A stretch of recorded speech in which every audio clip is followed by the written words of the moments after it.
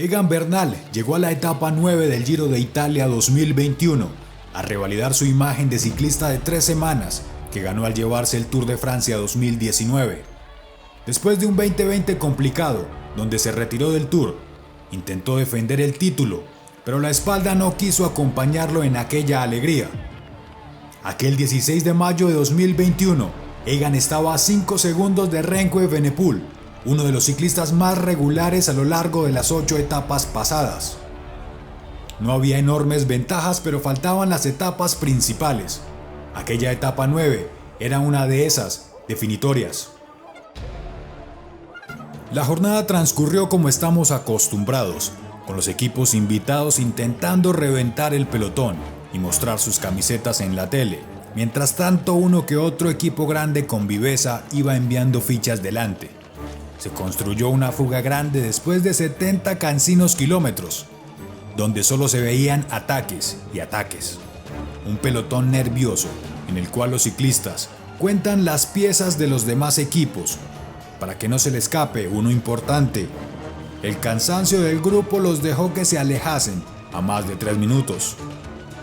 Remco no tenía el gran equipo de Egan, así que en los 30 kilómetros finales se dedicó a ir detrás del pelotón, comandado por el tren del Ineos. El tren que al menos en ese giro volvía a funcionar, descontando los minutos de la fuga.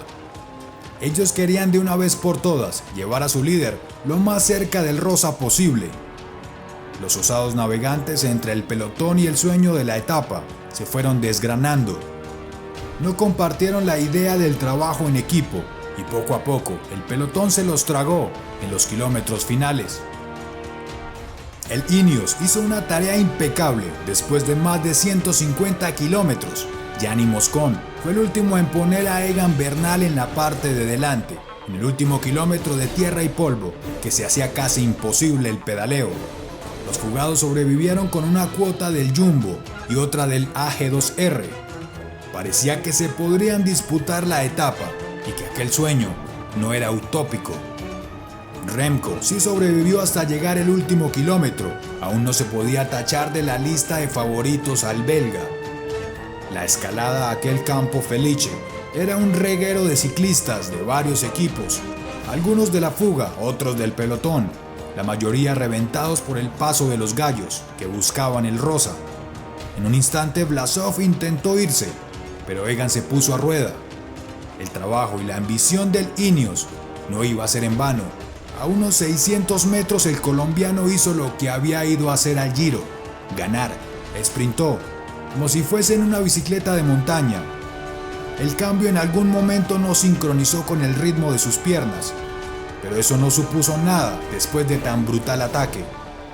Ciccone intentó seguirlo, pero en pocos metros desistió de aquella absurda idea. Egan no tenía rival en aquella subida. El colombiano sobrepasó a los últimos soñadores de la fuga, pelando los dientes para que los vatios fueran a tope. Pasó la meta sin celebrar, porque no se enteró que había sido el ganador. No solo fue el ganador, era el nuevo dueño de la malla rosa, con 15 segundos de ventaja frente a Remco. Era de nuevo el Egan Bernal de las grandes vueltas.